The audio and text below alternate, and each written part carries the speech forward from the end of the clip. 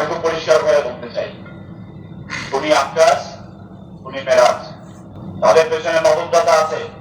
2 বছর আগে আকাশ বহিষ্কৃত হয়েছিল আওয়ামী লীগ থেকে। খায়রুজ্জামান লিটন নিজের মুখে এখানে সে বহিষ্কৃত, এস এম কামাল বলে গিয়েছিলেন সে বহিষ্কৃত। কিন্তু অত্যন্ত দুঃখের জিনিস, তৃণমূলের আওয়ামী লীগ অত্যন্ত হতাশাগ্রস্ত। এই ঘোষণা 7 দিনের মাথায় রাজশাহী মেয়র সে আমাদের গিয়ে তাই আঘাত করতে এমন ভাবে করতাম। উনি আকাশ, উনি মেরাজ, তাদের পেছনে মদতদাতা আছে। 2 বছর আগে আকাশ বহিষ্কৃত হয়েছিল আওয়ামী লীগ থেকে। খায়রুজ্জামান লিটন নিজের মুখে এখানে সে বহিষ্কৃত, এস এম কামাল বলে গিয়েছিলেন সে বহিষ্কৃত। কিন্তু অত্যন্ত দুঃখের জিনিস, তৃণমূলের আওয়ামী লীগ অত্যন্ত হতাশাগ্রস্ত। এই ঘোষণা 7 দিনের মাথায় রাজশাহী মেয়র খায়রুজ্জামান লিটনের গাড়িতে আকাশকে ঘুরতে দেখা গেছে, মেরাজকে ঘুরতে দেখা গেছে। আমরা জবাব চাই বাংলাদেশ আওয়ামী লীগের প্রেসিডেন্ট খায়রুজ্জামান লিটনের কাছে, তিনি আজকে যা অবস্থিত কেন, তার সচ্ছল নেই কেন, অ্যাডভোকেট নাইমুদ্দিন আপনার কাছে আমরা জবাব চাই। সেখানে আজকে পলাতক, আজকে খুনের মামলায় 2 জন সশরীরে ছিল, পেছন থেকে মদতদাতা হিসাবে আসাদুজ্জামান আসাদ, এই যে খায়রুজ্জামান লিটন এবং নাইমুদ্দিন আপনার নামে মামলা করে রাজপথে রাখলো। আমি কৃতজ্ঞতা জানাই বাঘার জনগণের কাছে। বাঘার শান্তিপূর্ণ জায়গা, পূর্ণভূমি, সেই বাঘাকে অশান্ত করার অপচেষ্টা আজকে থেকে নয়, আজকে 2-3 বছর আগে থেকে খেয়াল করে দেখবেন। এই আজকের ঘটনায় সে মারা গেছে, এর আগে একাধিক ঘটনা করেছে যেখানে আরো মানুষ মারা যেতে পারত, কিন্তু আমরা ছাড় দিয়ে এসেছি, বারবার ছাড় দিয়ে এসেছি। কখনো বাবুলের উপর দিয়ে গেছে, কখনো অন্য নেতাকর্মীর উপর দিয়ে গেছে, আজকে বাবুলের জীবনের উপর দিয়ে চলে গেল। তারা অব্যাহতভাবে আমাদেরকে অস্থির করার জন্য কাজগুলি করছে। আমি অনুরোধ করবো বাংলাবাসীকে, বাংলাদেশের বিচার ব্যবস্থার প্রতি আপনারা আস্থা রাখবেন।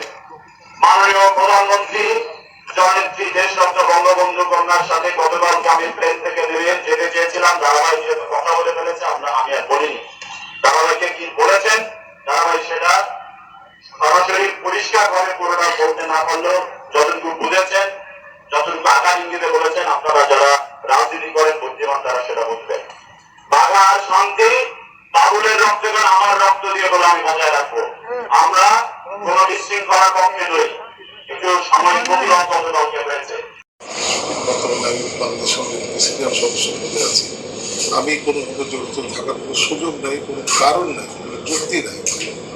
এবং এখানে যেভাবে আমাকে আজকে তার মুরুবেন আমাদের জানা যায়, আমাকে দায়ী করে সরাসরি আমার নাম ধরে আমার দলীয় পদ উল্লেখ করে এবং আমার পাশাপাশি আমাদের আরেকজন দলীয় সংসদ সদস্য আসাদুজ্জামান আসাদের কথা উল্লেখ করে আরো কয়েকজনের নাম উল্লেখ করে যে জাগার বাগার বর্তমান এমপি, যিনি কিছুদিন আগেও পররাষ্ট্র প্রতিমন্ত্রী ছিলেন প্রায় 10 বছরের জন্য, তিনি যে এরকম একটা উক্তি করতে পারেন নির্দেশগুলো এবং যেটি তার উদ্দেশ্য প্রণোদিত এবং ঈর্ষা পরায়ণ তিনি আমাকে ভাবমূর্তি করার জন্য করতে পারেন, এটা আমার বোধগম্য।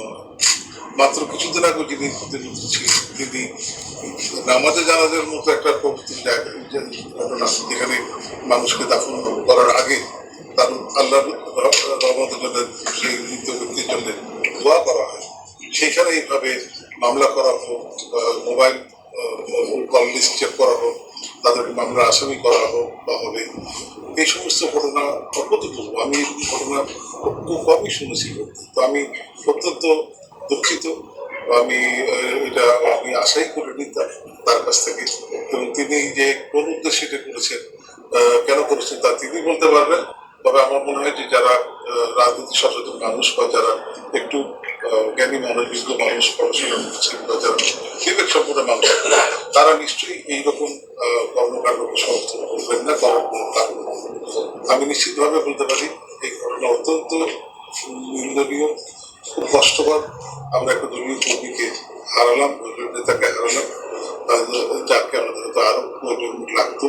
তার এই ঘটনার সুষ্ঠু তদন্ত এবং বিচার আমিও চাই, এবং এই বিচারের মাধ্যমে কারা তাকে নিয়ে মনে হচ্ছে যেন এই লাশটি দরকার ছিল, একজনের মৃতদেহ দরকার ছিল, যেটাকে কেন্দ্র করে রাজনীতি করে প্রতিপক্ষকে ঘায়েল করা যায়, এইরকম একটা চক্রান্ত বা ষড়যন্ত্র একটা গোষ্ঠীর মধ্যে ছিল বা আছে বলে আমার কাছে বা আরো অনেকের কাছে মনে হচ্ছে।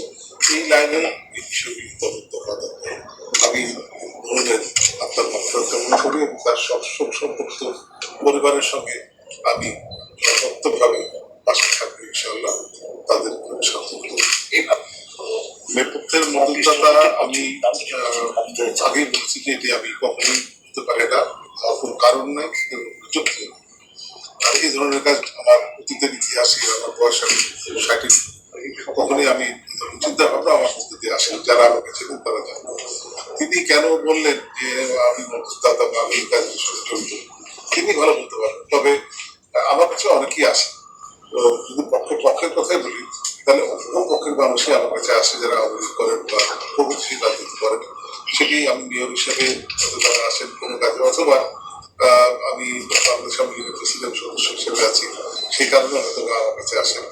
সবারই তো বেশি অধিকার আছে, সবাই ফোন করতে পারেন, আসতে পারেন, তার মানে তাদেরকে প্রশ্রয় দেওয়া, ইন্ধন দেওয়া কিন্তু প্রমাণ করেন।